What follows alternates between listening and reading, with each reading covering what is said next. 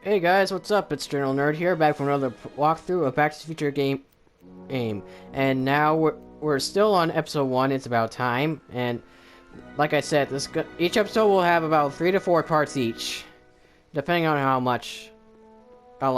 depending on how long they are. But so yeah, now we're just gonna look around for a bit and look for Doc, cause we gotta get him out of jail, cause. To see if he actually blew up the speakeasy. I guess this is where the speakeasy burned down. How'd Doc ever get mixed up in that? Yeah.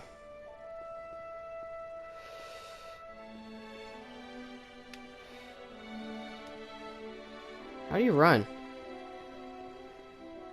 Oh, you press circle to jog.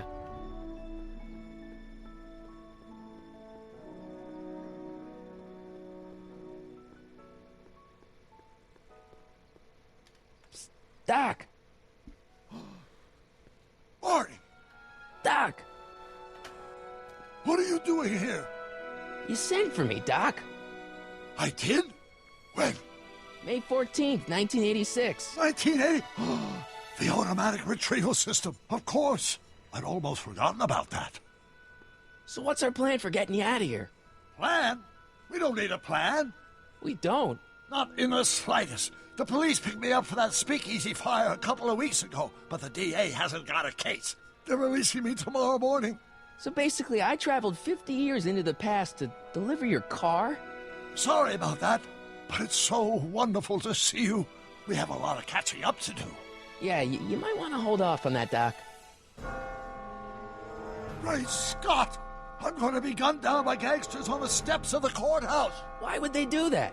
Guess they didn't approve of my burning down their speakeasy. Very funny, Doc. Maybe now we should come up with a plan? A plan, right. But what? Why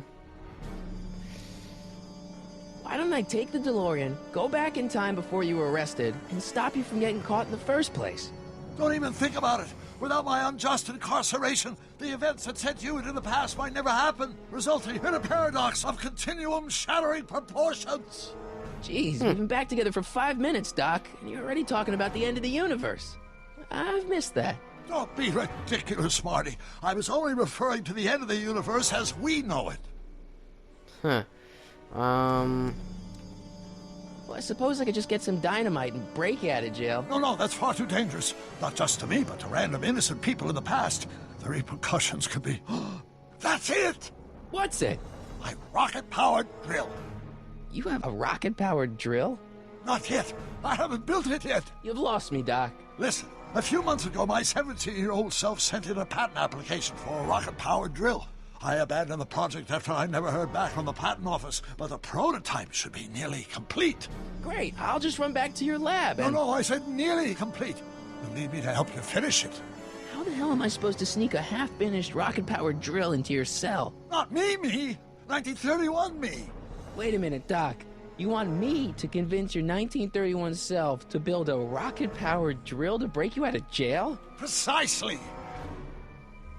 Okay. Won't talking to yourself cause, irreparable damage to the space-time continuum or something? It should be fine. I've already invented the idea of the rocket drill. You've just got to goad my younger self into finishing the prototype. Okay. How am I supposed to convince your younger self to finish the rocket drill? Just tell him I need to break his older self out of jail? Absolutely not. Whatever you do, you can't tell my younger self anything about time travel. I won't come up with the inspiration for the flux capacitor for another 24 years. Then what am I supposed to... Just be your charming self. From what I remember, I'm a pretty easygoing kid, so enlisting me in a scientific adventure should be a piece of cake. Okay, let's say I go along with this crazy idea. Where can I find you? I mean, the other you. How should I know? It was over 50 years ago. Why don't you go over to the soup kitchen next door and give my house a call? They'll know where to find me. Soup kitchen. Got it. Just stay away from the soup. It'll cause irreparable damage to your digestive system. Alright.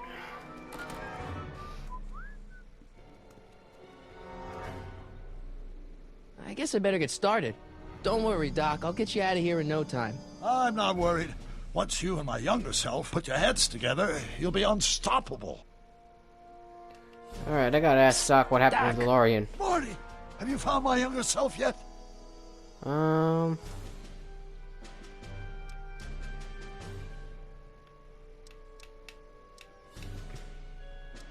Where have you been all this time? I missed you. I've missed you too, Marty. But I thought it was important to let you live your own life for a while, free from the insanity of time travel. I gotta admit, it was nice to not have my family history blowing up in my face for a few months. Besides, I've been busy raising my own unpredictable teenagers. So how are Clara and the kids? They're fine, fine. Right now we're trying to decide where to send Jules and Vern to college. Clara prefers the 2020s, but I'm partial to the 1960s. We're planning on visiting you and Jennifer in 2011 soon. Me and Jennifer? In 2011? Oh, forget I said anything. Oh, cool. Oh, this is the one. To find out where the DeLorean came from, because it was smashed into pieces by a train in Part 3. Where'd the DeLorean come from? The last time I saw it had been smashed to pieces by a train. It's a fantastic story. Do you remember when the DeLorean got struck by lightning in 1955? Yeah?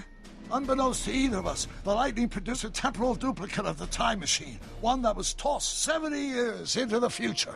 What? I found out about it during a trip to 2025 and recovered it just in time to stop Griff Tannen from vandalizing the time stream. Heavy. So that DeLorean... It's for all intents and purposes the exact same machine as the original. Plus or minus little bells and whistles I've added over the years, of course. Oh, cool. So, what were you doing in 1931 anyway? Oh, nothing terribly exciting. Indulging in a little personal nostalgia, picking up a few rare out-of-print books to surprise Clara on her birthday, solving a historical mystery or two. The usual. The usual? You lead a pretty unusual life, Doc. It's an unusual universe, Marty.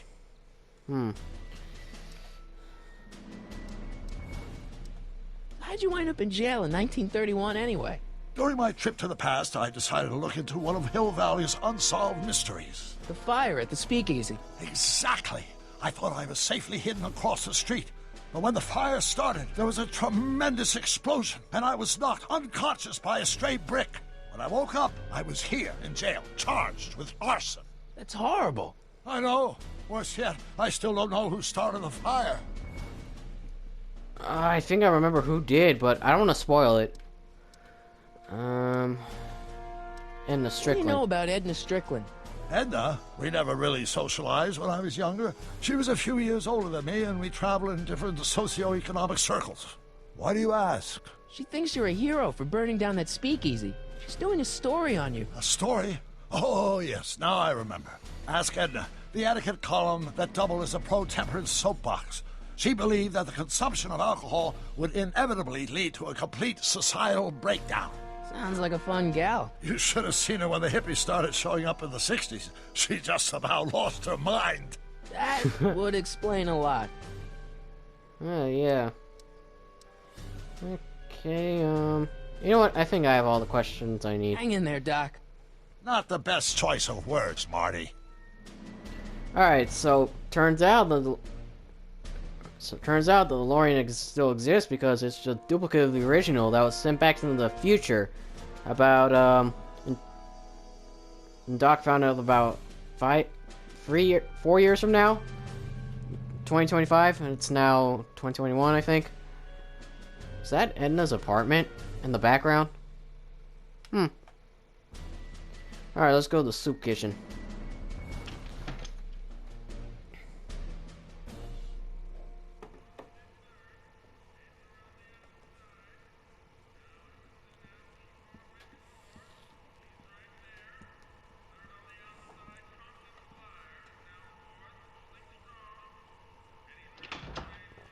McFly!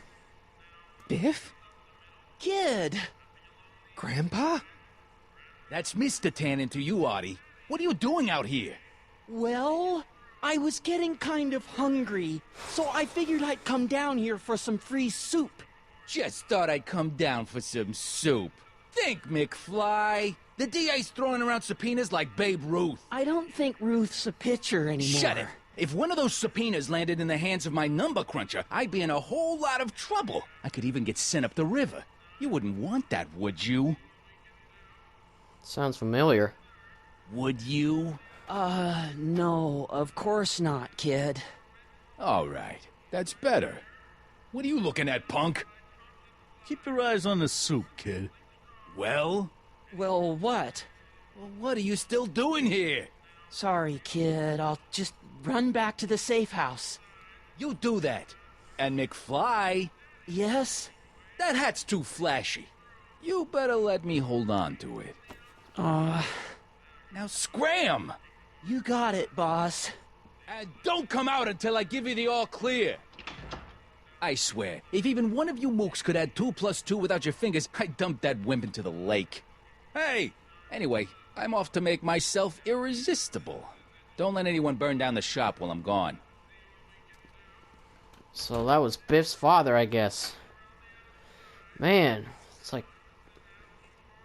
that's like 3 generations of Tandons abusing McFlys. There's the one in the Old West, Biff in the 50s, and Biff's father, what was it, Kid? Yeah, Kid Tandon, bullying his grandpa. Yeah, Marty's grandpa, I mean.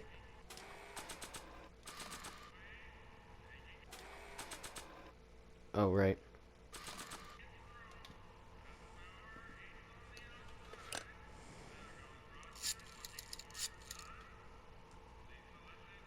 Brown residence? Hi. Do you know where I could find Emmett Brown? Young Master Brown is currently tending to his clerking duties at the courthouse. Who, may I say, is calling? The courthouse? Doc never told me he worked at the courthouse.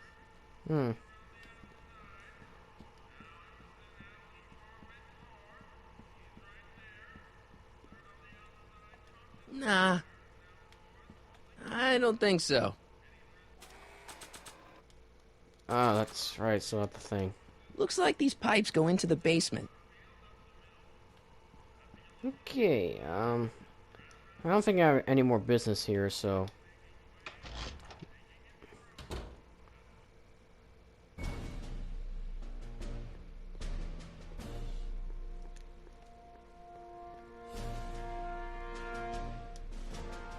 So now I gotta go to the courthouse.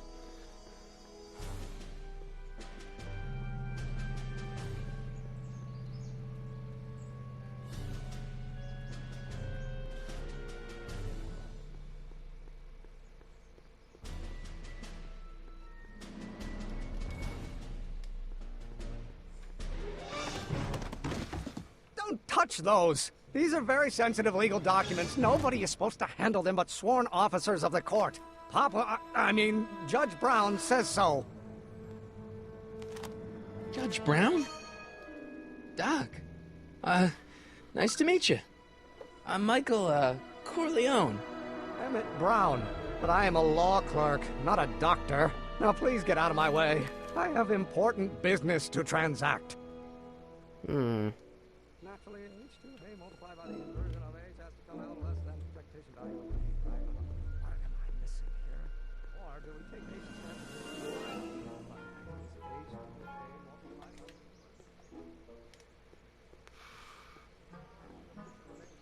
gravitational constant is variable.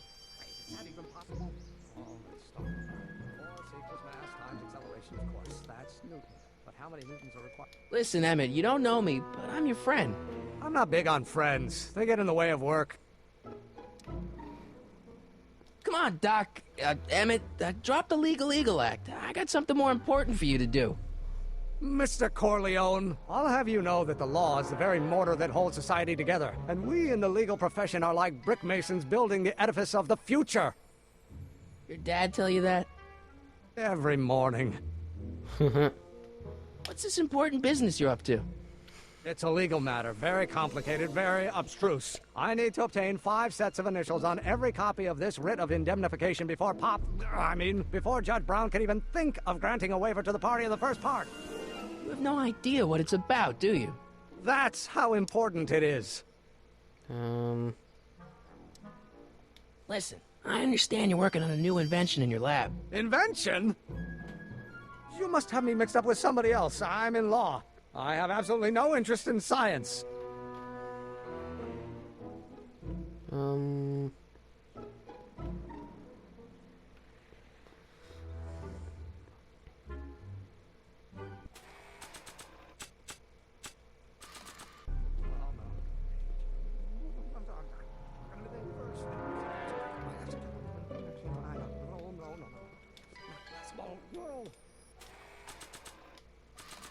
Or do we take... Come on, wait up a minute.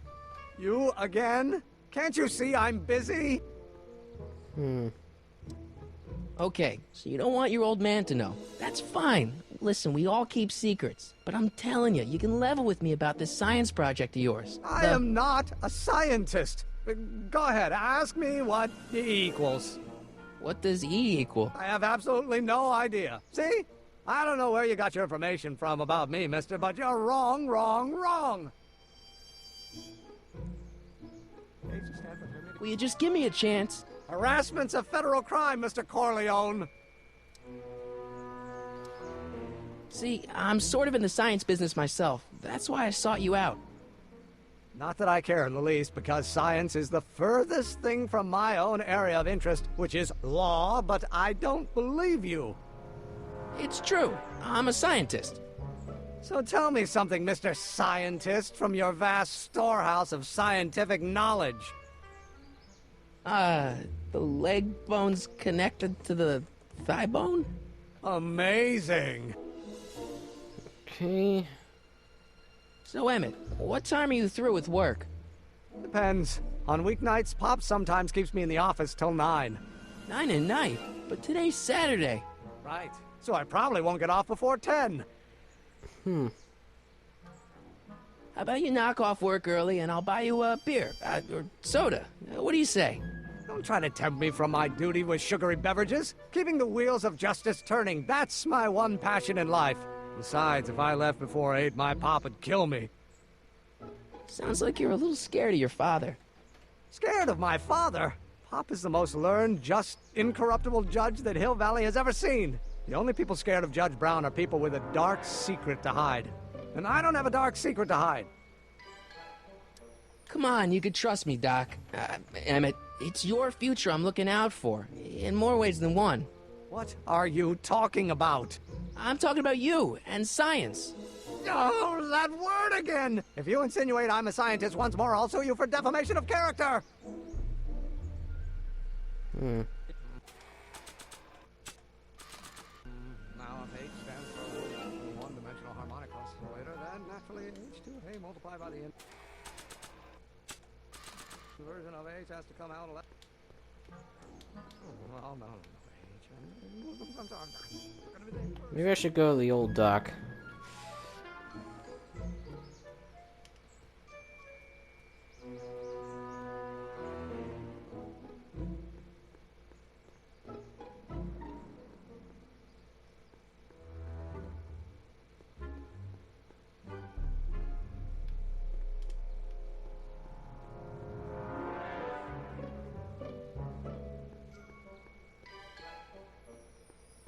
Okay, then. Psst, Doc! Morty, how goes the escape plan? Well, I met your younger self, Great. and I gotta say, you're kind of uptight. What? You won't even talk to me. I find that hard to believe. Tell me what happened. I tried asking him about your rocket drill, but he says he's not a scientist. What? What? Father. What's he got to do with this? In 1931, I was still deathly afraid of my father discovering the truth about my scientific predilections, so I carefully kept them under wraps, practicing science at odd hours, away from his prying eyes. That sucks. It sucked a lot. Fortunately, I eventually stood up to him, but right now, my younger self probably thinks you've been sent by my father to check up on me. Why does your younger self mutter all the time? Muttering? Why would I be muttering? I never mutter unless... The Hill Valley Expo! Expo? Yes, the Expo! How could I have forgotten? In a few months, the younger me will put on a demonstration at the Hill Valley Exposition, my first public foray into the world of science. Everyone in town will be there, including a number of noted inventors who shaped my career. So, it was a big success? No, it was a miserable failure, but it was a spectacularly miserable failure. One which marked my transition from an amateur garage scientist into a professional seeker of truth. Cool. You know, your younger self seems really dedicated to the law. It's a facade, I assure you. I had to keep up appearances to appease my father. Alright. What do I do to convince Teen Doc that I'm not a spy? I'm not sure. What does this expo have to do with you muttering all the time? When I was younger, I used to relieve stress by working on complex mathematical conundrums. No doubt my younger self is working on some impossible problem in an attempt to work off cerebral steam in the weeks before the exposition. What was I muttering about? I don't know, h to the something with an inverse of something else. I'm not so good at equations. That's too bad. I bet if we could solve my younger self's problem, he'd be more inclined to listen to you. Let's talk about your younger self's problems later. Okay, but don't forget we're on a bit of a deadline here. I think I got just the thing. I mean, I tried to earlier, but well, for some reason it didn't work, so I figured talking to the older Doc would, you know, set it straight or something. Come on, Marty, jog. Jog like your life depends on it.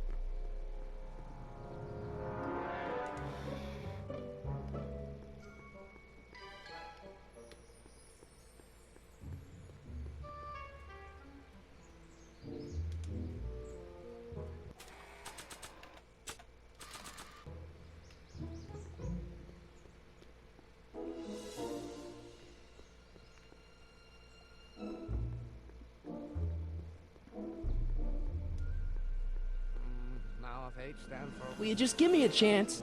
Harassment's a federal crime, Mr. Corleone. Sounds like you're a little scared of your father. Scared of my father? Pop is the most learned, just, incorruptible judge that Hill Valley has ever seen. The only people scared of Judge Brown are people with a dark secret to hide. And I don't have a dark secret to hide. Okay. Damn it. About Don't your... say it.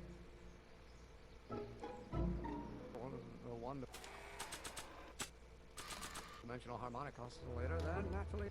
Or do we take H's stand for permitting a line? Line operator, but in that case, H to the A multiplied by the inverse of A.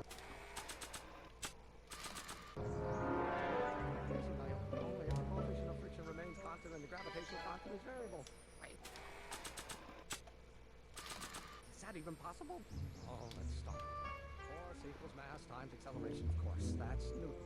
But how many newtons are required to maintain a constant mass and acceleration? Okay, come on. Reduced by the inverse of the unit of speed relative to the speed of light. Oh, it brings back to H.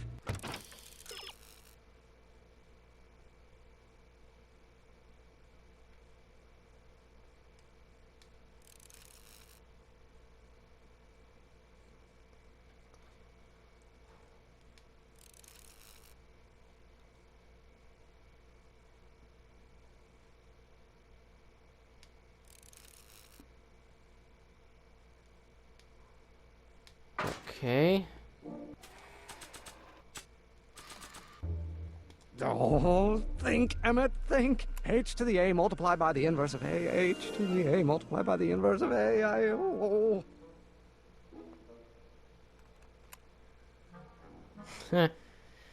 Hey, Emmett. Alright. 5th time's the charm. Now let's go to Doc. I mean, the old Doc.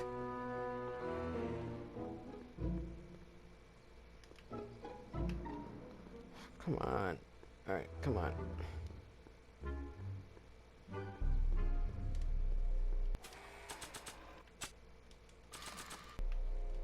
So, Doc, does this ring a bell? Oh, think, Emmett, think. H to the A multiplied by the inverse of A. H to the A multiplied by the inverse of A. Good grief! Is that me? I sound so... Young? I was gonna say intense. I forgot how wound up I used to get. Yeah, but what are you muttering about? Oh, that's easy. It's Ivanov's conundrum. Just tell my younger self that H equals the Hamiltonian operator. Won't giving him the answer mess up the time stream? Only if it turns out that reality is actually nothing more than a holographic illusion created by the interplay of subatomic particles on a vast two-dimensional membrane. So... It'll be fine. Okay, then.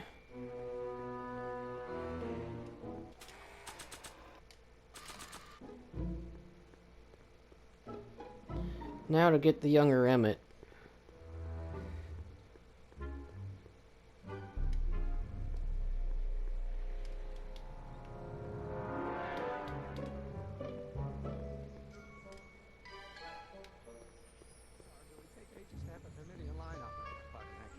Oh, let's start over. Force equals mass times... Will you just give me a chance? Harassment's a federal crime, Mr. Corleone. Maybe H equals the Hamiltonian operator. What did you just say? I said maybe H equals the... Hamiltonian operator. Yeah. Great Scott! If H is the Hamiltonian, then H to the A multiplied by the inverse of H can only be the same as the expectation value for A. That's it! That's the solution to Ivanov's conundrum, the problem I've been wrestling with in my head all week! I'm sure you would have figured it out by yourself in a day or two. The way you figured out how to build that rocket-powered drill. Where did you learn so much about science? Oh, Jules Well, Verne. it's like this. You know about my rocket-powered drill? Then there can only be one explanation. What? You're from the patent office. I confess I didn't quite know what to expect when I sent the paperwork, but I never expected this. Welcome! I'm at your service. What can I do for you? Can I see your rocket-powered drill? Of course, of course. Naturally, it's just a scale model, but it's nearly operational. I can show it to you, say, first thing in the morning?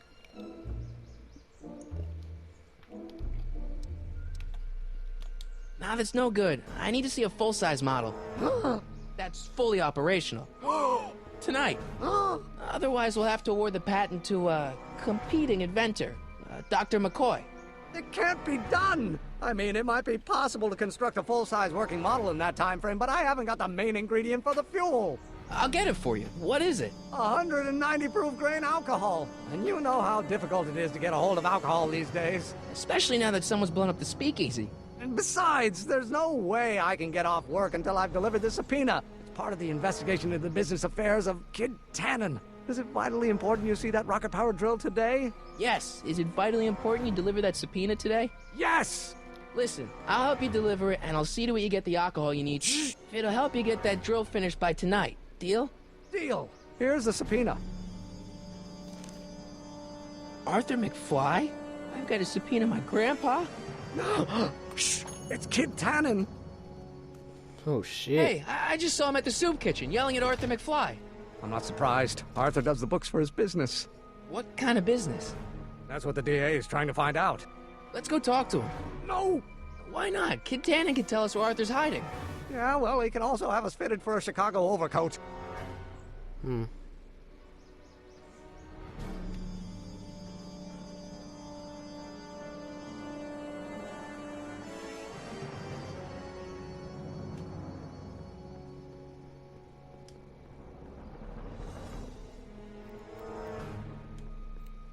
What the hell, Matches? You got kiwi all over my socks! Sorry, boss. Get out of here. How All right, about you? kid. Huh? I'm sitting at a shoe shine booth. You walk up.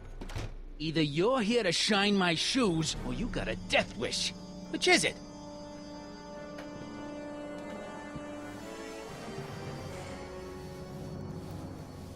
I'm looking for a guy named Arthur McFly. He's my, sort of a relative. Well, he's my employee. And he's very busy today. Since you're Arthur's boss, you know where he is, right? He's at the, office. Where's the office? I forget.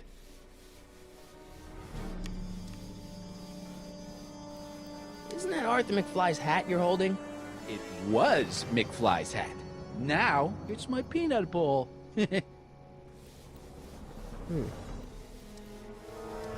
Never mind. I guess you won't talk about your business. Why Why not? I got nothing to hide. I recently acquired controlling interest in the Sisters of Mercy Soup Kitchen. Isn't a soup kitchen an odd line of business for a guy like you? I like soup. Plus, I got a heart as big as all outdoors. Buff a little harder. I want to see myself in the toes. Okay. So, one more thing about that hat. You're testing my patience, boy. Can I have some peanuts? Alright then. Why not? I'm a magnanimous kind of guy. Go ahead, knock yourself out. Hey, kid! Yeah? What the hell is that? That's just too easy. What'd you do?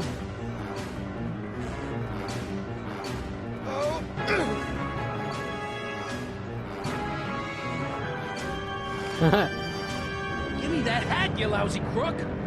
Emmett!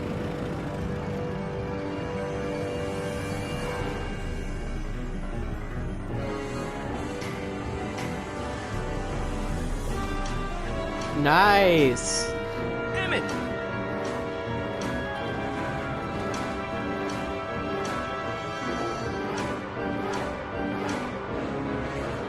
Nobody makes a monkey out of Kid Tannen! Hey!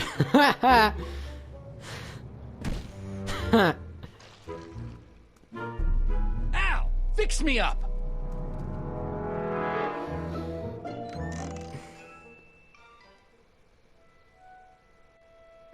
Where'd you learn how to move like that? Sandlot football. They used to call me the Streak. Get out!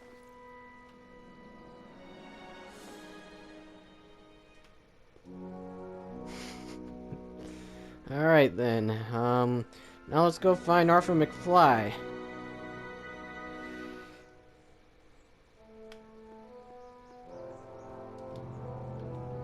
Hey, Miss Strickland. Oh, hello, Mr. Corleone. Try not to draw any undue attention my way. I'm on the trail of a hot new scoop, as we in the newspaper business say. What's the scoop? I've heard rumors that something shady is going on at the Sisters of Mercy Soup Kitchen. It's under new management, you know. And, oh, we mustn't jump to any conclusions. Not till the facts are in. I hope to heaven it is just a rumor. That soup kitchen is the front line in the good fight. If it goes bad, what will happen to the Stay Sober Society? Not to mention all the charitable institutions that depend on me for soup deliveries.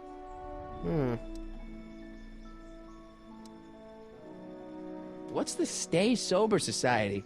You haven't heard of the SSS? They do the most marvelous work, taking hopeless drunken bums and turning them into former hopeless drunken bums. I'm one of the founding members. And not to say that I was ever, well, you know. Anyway, we've always met in the cellar of the Sisters of Mercy Soup Kitchen, but for some reason the new managers don't want us down there, so we're stuck. We've got nowhere to meet. I know a place where the Stay Sober Society can meet. Oh? Where? The Brown residence. You mean Judge Brown's place? Yeah, I happen to be good friends with his son Emmett, and he's told me the judge would love to lend his place out for, you know, good causes like yours. Really? Why, that's the most generous, public-spirited offer I've received in a month of Sundays. Please, tell your friend Emmett we accept. The meeting isn't due to start for a little while, so that'll give our people some time to set up.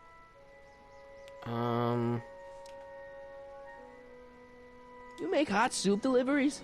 It's one of my many small contributions to the good cause. Healthy bodies, healthy souls, or so one hopes. I pick up barrels of hot soup at the kitchen, and I deliver them hither and thither. Hill Valley Orphanage, the St. Francis Xavier Ranch for Unwanted Children, Foggy Mountain Home for the Incurably Insane, Shady Acres Rest Home. Oh, I can barely keep track of them all. It's a very big job. Hey, I can help you deliver soup. I donate a lot of time to charities. Oh? Which ones? The, Mario Brothers. Ah, yes. The Italians do so many good works. If you'll just fix it so I can pick up the barrels of soup. Now hold your horses, let's not get over-eager. I drive the soup cycle in this town, and I'm not about to turn it over to an upstart. But if you're well connected with the local charitable institutions... Yeah? You can let me know when they're running low on soup.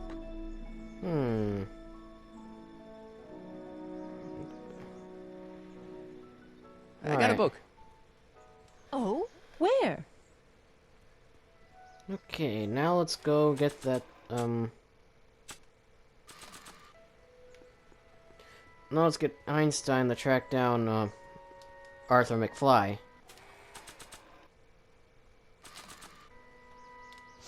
Hey, honey, come here for a sec, boy. Hey, boy, can you find the guy who belongs to this hat? Where's he going? Only one way to find out.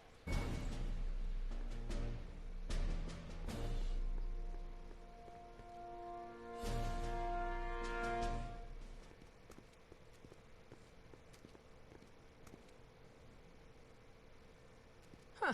Deja vu. Pretty much. That's, Edna's apartment in the future.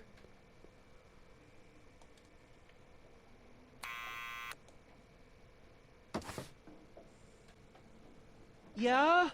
Who is it? It's McFly! Shh, I know!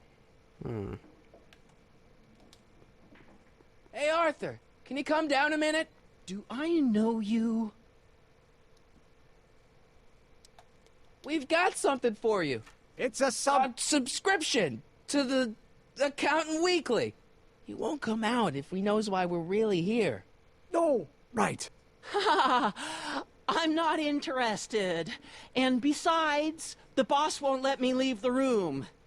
Sorry. Some other time.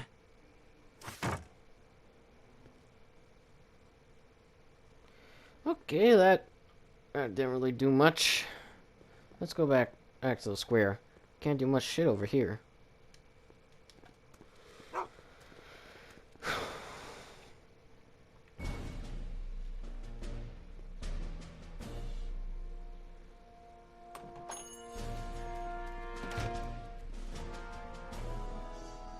Okay, well, you know what? I gotta go take a break real quick, so I'm just gonna go ahead and end the episode right here. It's been a pretty informative episode. We found out why there's another DeLorean. We met Emmett Brown's younger self. It's pretty awesome, and it's about to get better, from what I remember, trust me. And without further ado, I'm gonna go ahead and end this part of episode 1 right here, and I'll see y'all later. Alright, bye guys.